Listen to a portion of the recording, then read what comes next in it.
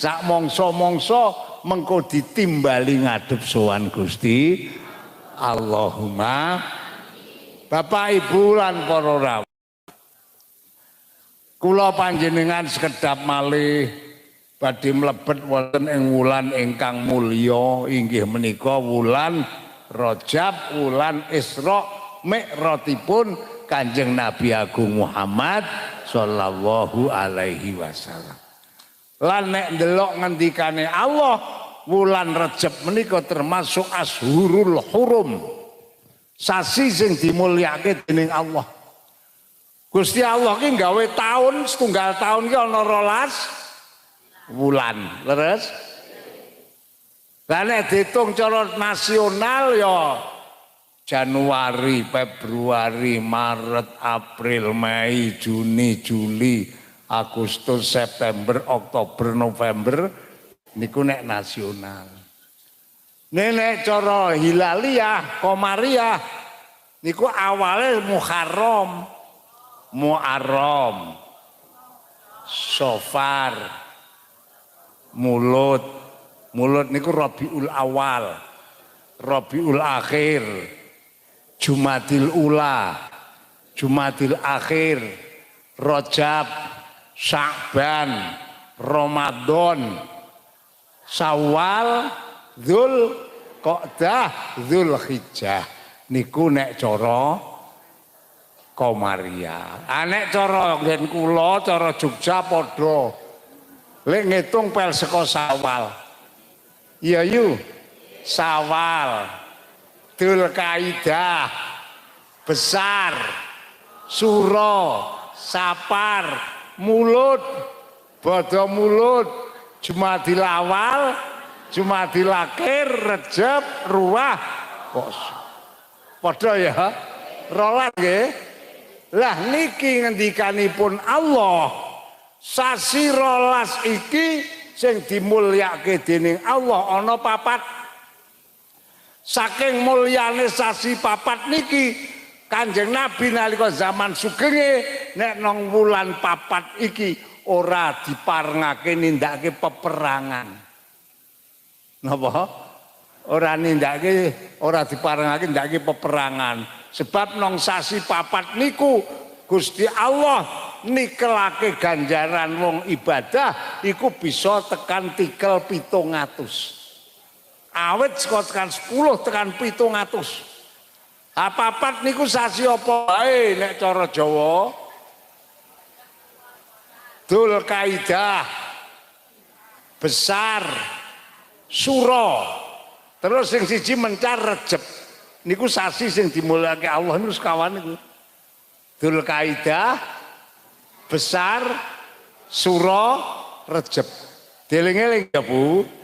Niku nang wulan 4 niku sapa nindakake kebagusan ganjarane iso tikel 700. Sampean sedekah gethuk sak iris ning atine ikhlas niku sampean diparingi ganjaran kaya sedekah gethuk 700 iris ya ta.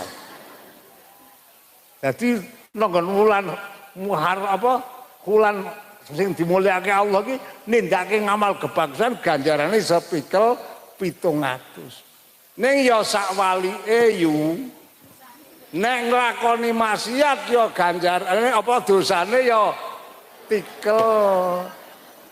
Dadi glendeng ya kuwi nek sasi liyane 4 kuwi dosane mung 10. Nek nang sasi 4 ya glendeng 100 kapok kowe. Ya jadi kula sampean mulane nang sasi-sasi ingkang dipun mulyakaken Allah niki kula sampean dong ngreksa supaya diparingi slamet saka siksane Gusti. Lah teng wulan Rejab niki kula kemutan setunggalipun cerita zaman swau Kanjeng Nabi niku nate tindak wekdal dalu dipun derekaken dening sahabat Sauban. Tindak dalu didereke sahabat Sauban, tindak. Lale tindak niku liwat nanggon pinggir kuburan. Nang pinggir dalan ki ana kuburan. Tekan nggon kuburan mriku Kanjeng Nabi menggok mlebu nang kuburan niku. Sahabat-sahabat nggih melu. Mandang sampun tengah kuburan Kanjeng Nabi jumeneng donga. Ngantos dangu anggenipun donga. Sak sampunipun rampung donga, medal saking kuburan wonten ing mergi sahabat-sahabat didangu. Ban dalem ngerti kowe Allah lan Rasul ingkang langkung prisa Kanjeng Nabi. Tak omongi ya wong ahli kubur kuwi kabeh disiksa dening Gusti Allah. Ngendikane Kanjeng Nabi. Kabeh disiksa. Mula banjur ingsun ndonga tak suwunke maring Allah. Alhamdulillah dongaku diterima karo Allah. Saiki wong ahli kubur kae kabeh siksane disuda karo Allah. Sing maune do pentungi ping 100 disuda kantun sedasa. Alhamdulillah. Lah niki dongane wong urip dientuke wong mati niku nyuda siksa kuwi lho Kang, ora ngilangi siksa ning nyuda siksa. Anggi lumayan ta ya. Lah terus tambahane ngendikane Kanjeng Nabi kok ngeten. Sauban dalem. Lamuno wong-wong ahli kubur kae mbiyen gek jaman uripe nang alam donya saben-saben menangi sasi Rejeb kok gelem nglakoni poso sunat sedina wae, gelem nglakoni melek sewengi wae, anggere melek aja maksiat, ora wong ibadah ning melek ngono wae. Anjir ngopo itu kan meneng wae, sewengi kok aja turu ning aja maksiat, nek melek mangan kertu ora gumun. Niku dilarang karo Kanjeng Nabi. Kanjeng Nabi ngendikane, lamuno wong-wong kae mbiyen gek ijek urip nang alam donya, do gelem nglakoni poso sunat nang wulan Rejeb ora ketung ming sedina. Gelem nglakoni melek ora ketung ming sewengi sesasi iki ming melek sewengi tok. Niki Kanjeng Nabi dawuh dheweke nang alam kubure ora bakal disiksa dening Allah Subhanahu. Akhirat tambah rekasane. Ning kosok walike nek nang alam kubure kok diparingi padang jembar kepenak pamabak dahu aisar sak lebare tekan akhirat luwih gampang dalane, luwih padang gamblang pemandangane lan luwih mulya, luwih kepenak papan panggonane. Lah mula ngaji ngaten menika pentingipun kula panjenengan iki ben bisa nata oleh ibadah maring Gusti. Wong ibadah niku nek ngaji ora teyeng kok ya Kang ya. Nek ora ngaji ndak yo ngerti kok ngene iki barang. Ora ngerti. Andene nek kon ngaji kok jadora mangka tah dan ning tiyang nggen kula. Nek kene alhamdulillah ora ya. Ora beda. Ya pancen ngaji krana agung. Setan lek nyoba ya nemen banget. Nek ana wong arek ngaji iki setan terus nyedaki ramah ngaji wong grimis. Engko ndak mangso angin. Wong nyatane ngaji ora wae apa-apa karo kiyaine meneh ya. Nggih napa mboten? Nah niki setan kaya ngoten niku. Masyaallah. Mulane monggo awake dhewe bareng-bareng nek menangi sasi Rejeb mengko do ngurmati sasi.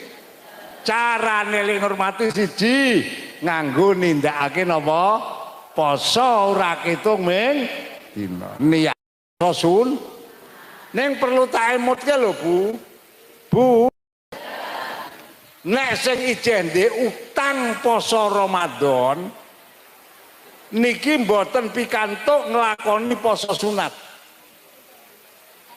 kudu dirampungke sik utange Ramadan. Iki jono kok tak delok-delok sing diutang Ramadan. Ayo ndarani ra ngerti ya. Ha iki nek sing diutang Ramadan aja nglakoni poso. Bab dipun ngendikaaken isih ndek utang poso Ramadan kok nglakoni poso sunat. Iki poso sunate ora sah lan ora oleh ganjaran apa-apa. Paham napa mboten? Nek pinter ilmune sampean janji utang poso Ramadan. Sok poso Rejeb kuwi sampean niati nyarutan ning karo nglakoni sunat poso Rejeb kuwi kena kabeh. Mulane ngaji ya. Paham mboten? Jadi sampai niate nyarutan ning karo ngurmati poso iku oleh kabeh. Utange sah, ganjarane tetep kas. Paham mboten? Mula ngaji. Angel ama kae mandang ngaji malah turu wong ngono ah. Ya ora mudeng kuwi engko. Nggih nggih. Iki monggo. Iling-iling arek ketekan wulan Rejeb kita persiapan. Terus apa meneh? Melek melek niku ya dihitung. Nek kuat ya utama sewengi, nek ora kuat timbangku dibablaske esuk malah gering ora usah melek. Ah melek engko malah esuk ora jamaah subuh, keporo malah ora subuhan, ora usah melek. Paham mboten? Awang golek sunat kok malah guang wajib ki wis malah padha karo golek apa jenengane? Golek uceng malah kelangan kebo meteng ya. Nggih napa nggih? Golek uceng malah kelangan kebo meteng. Kira-kira nek uceng karo kebo meteng iki regane niki.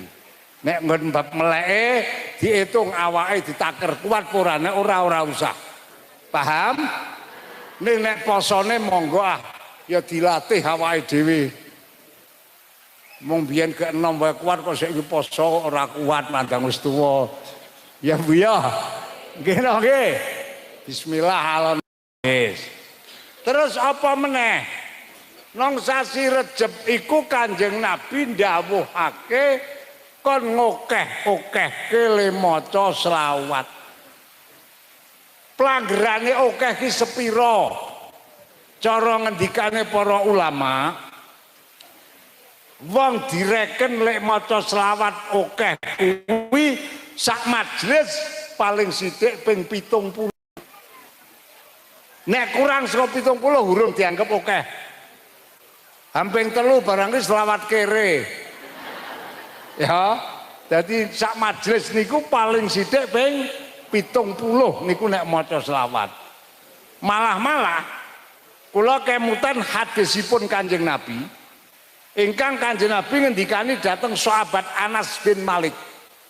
Anas dalem kowe maca selawat iki ya kados pundi Kanjeng Nabi? Allahumma sholli ala Muhammadin abdika wa nabiyyika wa rasulika nabiyil ummiyi. Niki nek ditambahi wa ala alihi washabihi wasallim nggih angsal. Ning ora ya ora apa-apa. Nek Kanjeng Nabi lek mulang dateng sahabat Anas namung Allahumma sholli ala Muhammadin abdika wa nabiyika wa rasulika nabiyil ummi. Kanjeng Nabi dawuh, kowe nek gelem maca selawat iki ping 70 dosamu 70 tahun dilebur kabeh karo Allah. Niki dosane 70 tahun iki dilebur kabeh. Ana sing maca urung ana 70 tahun umure. Upama kok kuwi gak umur 50 tahun, ala jatuh 20. Niku sing 20 tahun iki nglebur dosane bapak mbokne. Jadi bapak mbokne oleh syafaate Kanjeng Nabi, oleh berkah selawat sing diwaca dening anake niki wae. Paham napa mboten? Nek ora dilakoni kok iman-iman ya Bu. Ora suwe to. Allahumma sholli ala sayyidina Muhammadin abdika wa nabiyika wa rasulika nabiyil ummi. Ping 70 syukur ditakke ping 100. Iku nek wulan Rejeb khusus. Nek kula alhamdulillah Bu tak latih awak kula dhewe. Bab wong kula niki nek tak hitung-hitung umure niki ya wis ora suwe kok teng donya niki. Aku lan niku nek tekan saiki umur kula nembe 50 kok Bu. Kok geguyu. Ayo urung tak kandhake punjule kok. Nek cara ngendikane biyung kula umur kula niku tekan sakniki niki gek 50 punjul 17. Ah niku ayo garek pirang dina meneh to ya. Lah niki kula sakniki awak niki tak latih pendak dina tak kudokke maca selawat niku ping 100. Allahumma sholli ala sayyidina Muhammadin abdika wa nabiyika wa rasulika nabiyil ummi niku ping 100. Sebab napa kula kepingin sanget ngarep-arep ridane Allah, ngarep-arep peparinge Allah, muga-muga kula niki nek modar sak mangsa-mangsa diparingana oleh pengapurane Gusti Allah. Ah, kula nek namatke sampean kabeh niku dadi ndredeg ya aku iki, Pak. Aku ndredeg piye? Kula niki nek nyawang wong semene akeh, menurut angen-angen kula lho menika. Dosane wong semene akeh iki lumpuhke dadekke siji. Kalih dosane wek kula wong siji niku isih akeh dosane wek kula jajan. Aku lak jan amarki lak deg-degan ya. Mula ya awak iki tak kandhani wis pokoke tlateni le maca selawat kowe awak nek modar sak mangsa-mangsa. Nika awak kula tak kandhani dhewe. Mula monggo sing umure jajaran kula ya bareng-bareng ya. Nek sing sangisore mun arek ndeleng ya luweh. Wong cek rada dawa ya. Niku pun jajaran kula monggo bareng-bareng awake dhewe tata-tata. Golek sangune arep sowan ngersani Gusti. Kula niki mbok hadis kok niku 6 bulan Rejeb iki kon ngokeh-okehke maca selawat niki wau. Sakwise poso ya ora ketung sewengi nek kuat meleh, samben dinane iku dikulinake maca selawat niki wau.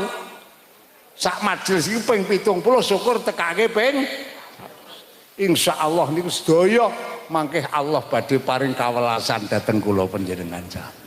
Allahumma lan mangke wonten wulan Rejeb menika biasanipun nggih sampun kathah pengajian-pengajian peringatan Rajabiyah nggih napa mboten insyaallah nek zaman sakniki niki beda karo zaman biyen nek zaman biyen iki nek wis arek tekan pemilu kurang rong sasi kuwi ngaji wis angel nggih napa mboten izin iki ora patek oleh leres. Teng Magelang niku nek sing jene Mbah Dur kula angger pemilu kurang rong sasi jaluke izin polisian Pak polisi sing ngaji ki aja iki tak izini nek iki ora. Hake napa to polisi iki kiai rapate ungsum. Ya niku zaman semono lho Kang. Saniki pun boten. Dadi ngaji terus jalan terus kan mangke ngarepe pemilu ngaji pokoke wong ora apa-apa ngaji ki nata lelakone urip nang alam bisane oleh ridane Gusti nganti tekane mati. Dadi pengajian terus Rejeban niku kula niki nggih nek ndelok jadwal pengajian kula niku nang wulan Rejab ya kaya-kaya wis akeh undangan nang wulan Ruwah ya nganti tekan tanggal 29 kok ora ana lerene awak ki kuat ora wis tuwa. Nganti nang wulan Sawal niku yu kula niki undangan sawalan niku tak hitung-hitung nek selawe nggone wis ana kae. Sok Sawal kuwi. Masyaallah. Kula syukur karo Gusti Allah. Dene-dene kok kula diwelasi karo Gusti. Kula keyakinan kula mergo tiang-tiang do njaluk kula kon teko ki lali ndongake muga-muga Mbah Solikun paringana dawa umure ngono ya. Kaya-kaya sing do ngundang ki ora ana kok sing ndongake muga-muga Mbah Solikun lek mati ngono ora kok. Iya ta ya. Dadi kula niki saka berkah Allah alhamdulillah. Mila monggo awake dhewe bareng-bareng niat ngaji niat padha thalabul ilmi kanggo sangune kula panjenengan mangke sak wanci-wanci ditimbali ngadep sowan nang ngersane Gusti Bapak Ibu lan para rawuh wonten ing wulan Rejeb kula kemutan hadisipun Kanjeng Nabi ngendikaaken mekaten Lailata usri yabi yaqulul aku ya Muhammad mur ummataka antukrimu salasatan al alimu wal walidu wa amilul Quran hadarhum min ayyaghdhabuhum aw yuhinuhum fa inna ghadabi yastaddu ala ma yaghdhabuhum aw yuhinuhum. Cara Jawane Kanjeng Nabi le ngendika ngeten, nalika ingsun ditindakake Isra Mi'raj Allah paring dawuh marang ingsun Muhammad,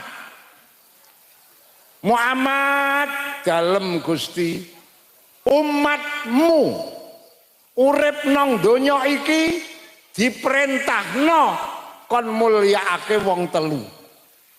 Kula sampean umate Muhammad napa mboten? Umate Kanjeng Nabi apa udu? Niki termasuk didhawuhi urip sakniki niki kon mulyaake wong telu. Sapa wong telu niku?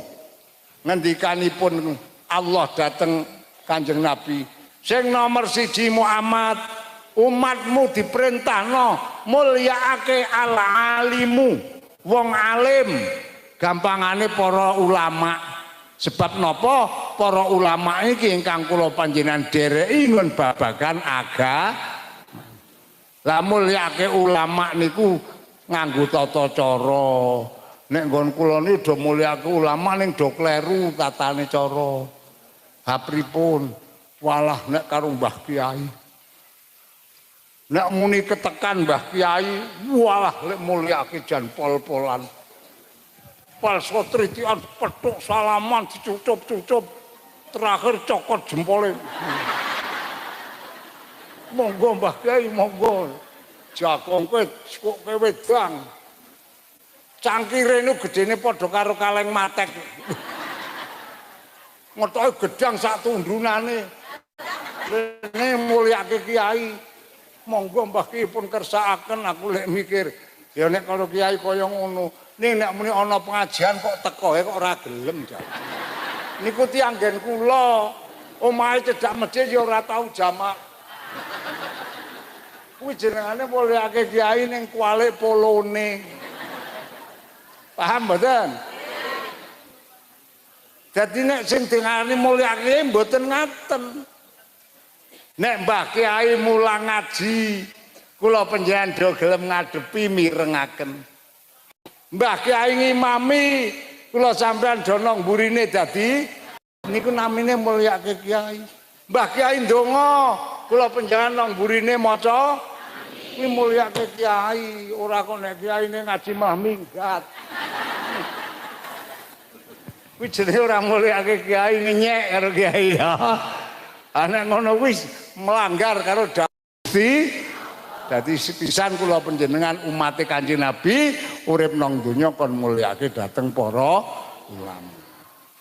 Wong masyaallah, wong niku atine mahabbah dhateng ulama, seneng dhateng ulama niku berkahe ageng sanget. Apa Kanjeng Nabi le dawuh man aliman kana auladuhu ulama. Sapa wong sing atine mahabbah karo wong alim mengko anak putune bakal karo Allah ana sing didadekke wong alim. Anak putune memang seneng karo kiai niku. Nek anak putune kok ora engko buyute bakal diparingi sing ana sing dadi kiai. Mergo mbahne buyut seneng karo niku nuwun sewu yo. Dianggep pamer ya luweh arep dianggep priye-priye luweh ning kok cerita apa anane. Mbah buyut kula namine Mbah Kaji Nur Daim. Niku kaji Mbah buyut kula. Lanang wedok ning maca Quran ora tayeng. Kaji ora tayeng maca Quran niku mbah kula. Mbahne sapa? Masyaallah. Dadi si mbah kula niku kajine jan ora tayeng maca Quran. Anak wiridan apa? Mengkulhu, wong apale mengkulhu. Namung tindakan ingkang istimewa, Mbah buyut kula menawa ngendikanipun bapak kula sangat remen dateng ulama. Zaman semanten nang Magelang nek golek ulama jangel. Mbah buyut kula niku nek ajeng sowan ulama kedah teng Krapyak Ngayo Jakarta. Sowan Mbah Kyai Munawir. Niku pendak seminggu sepisan sowan mriku. Mongko nek ora uman sepur kadang mlaku niku.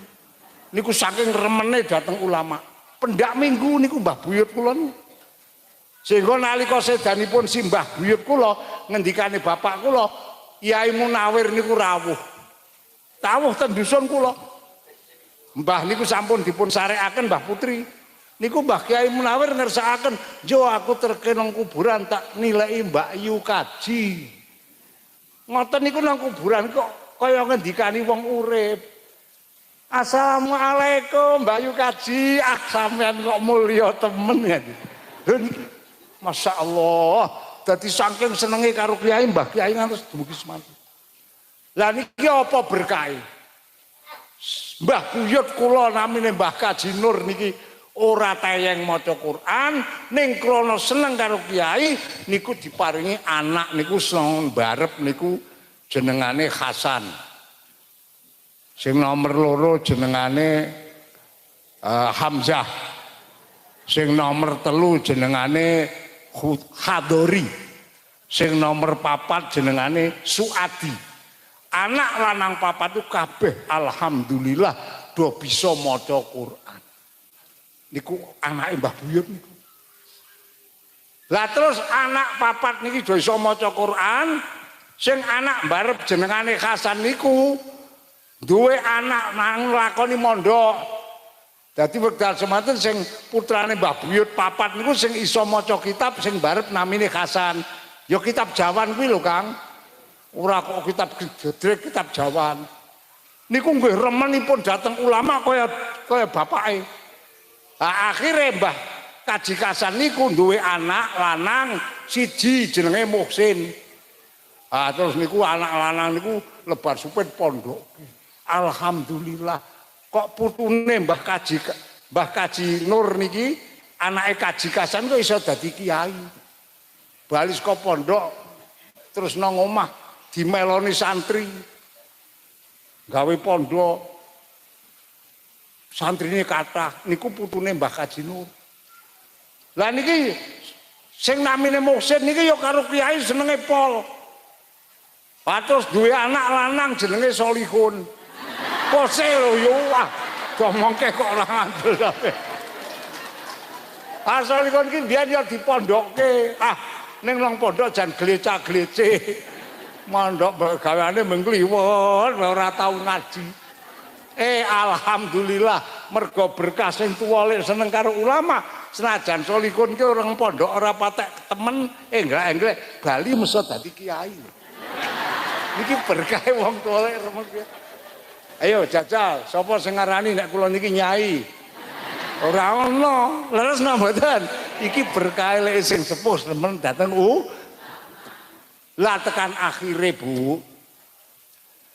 Mandang bapak niku pun santrine kathah, kula pun wangsul teng pondok, wis duwe anak barang. Niku bapak kula niku ngendika kalih kula, "Hun, dalem kono kowe saiki nek tata-tata nek arek gawe gubuk. Kula niku anake pun 4 urung omah dhewe. Jeh dadi siji wong tuwa. Dadi pokoke soal mangan ora anak bojo kula terserah wong tuwa. Aku mung dadi perusahaan." Terus kula kalih bapak kula didhawuhi kon gawe gubuk. Wah, piye iki gawe. Kula nembung wong mikir kula niku ora iso nyambut gawe anake wis 4. Engko nek gawe omah nang desa nek ora iso makane lak ngrepoti tanggane. Kula nembung karo bapak, "Pak, nek kula le ndamel griya teng Sabin ngriku mawon pikantuk, Pak. Apa wani apa? Nggih wantun mong besok nang kuburan nggih piyambak kok. Ayo luweh." Terus kula gawe omah nang sawah.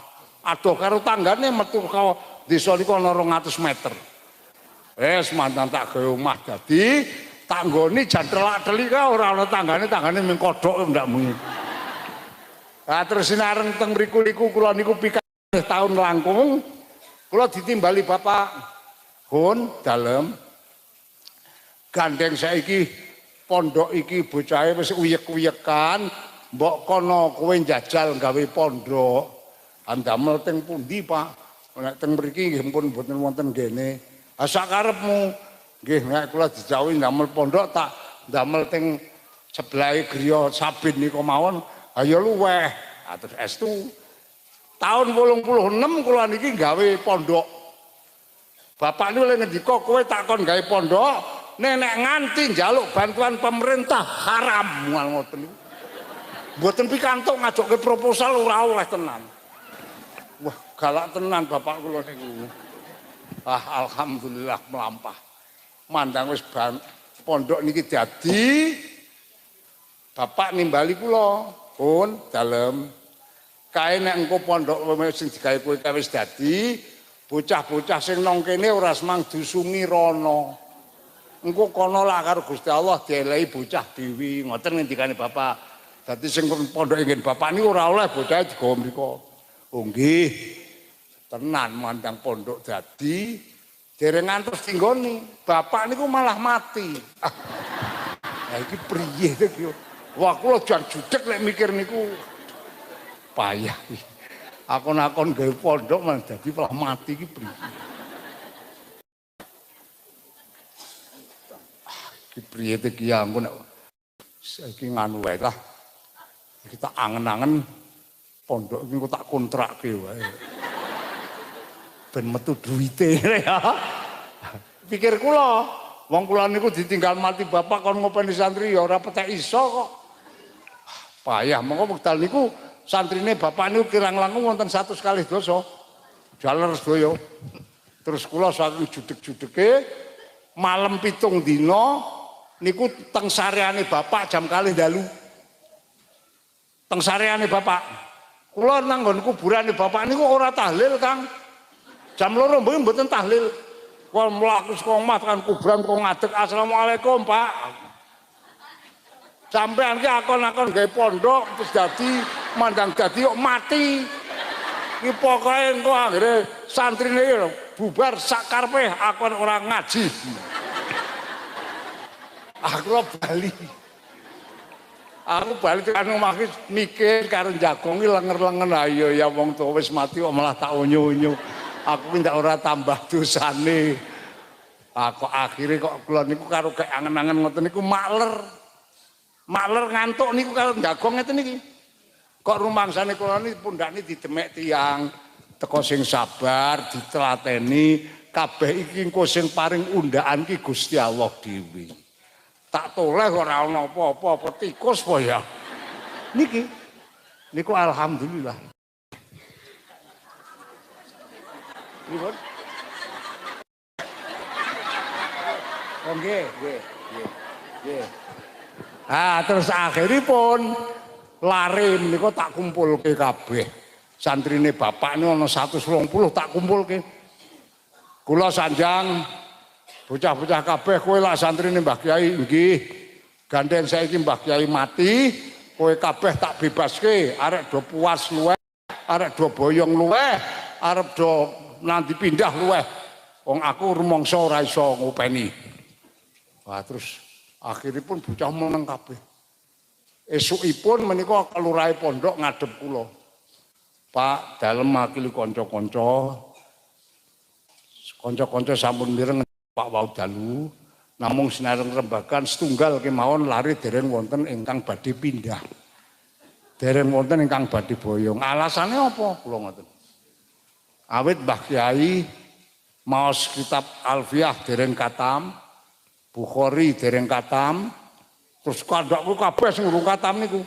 Terus karepe sing penuhunipun lari-lari nggih menika bapak ingkang kasuwun nerasaken. Aku saknalika abande aku ki apa? Aku pojokan Bukhari rung tau weruh kok kon ngaji. Kula niku judeg banget rekane nek bocah do bubar pondok niku arep tak ge kos-kosan ngoten. Wong sing kula niku ana 12 kamar. Dilalah lare-lare niku tak kon bali rada gelem. Akhire terus ya wis bismillah aku tak niat deres lek aku ngaji nek menawa Gusti Allah maringi pembuka. Alhamdulillah melampah terus tekan akhirnya malah santri ini namung kantun kalih. Biyen si 120 lanang kabeh. Sareng tak cekel kula kira-kira oleh setengah tahun kantun kalih. Kantun lanang karo wedok. Santrine wedok ana 60, santrine lanang ana 150. Tak kantun kalih ta niku. Wah, masyaallah. Ya sekene tak tampa aku paringi Gusti Allah tak syukuri alhamdulillah ngantos dumugi sepriki kabeh diparingi kanugrahane Gusti Allah. Muga-muga daya kula diparingi berkah lan manfaat. Donga dinunga ya Pak ya Bu. Ingkang terakhir anggen kula nderekaken panjenengan pendak ngahat pon sakjroning taun niki temtu kathah kalepatanipun. Mila wonten ing wekdal menika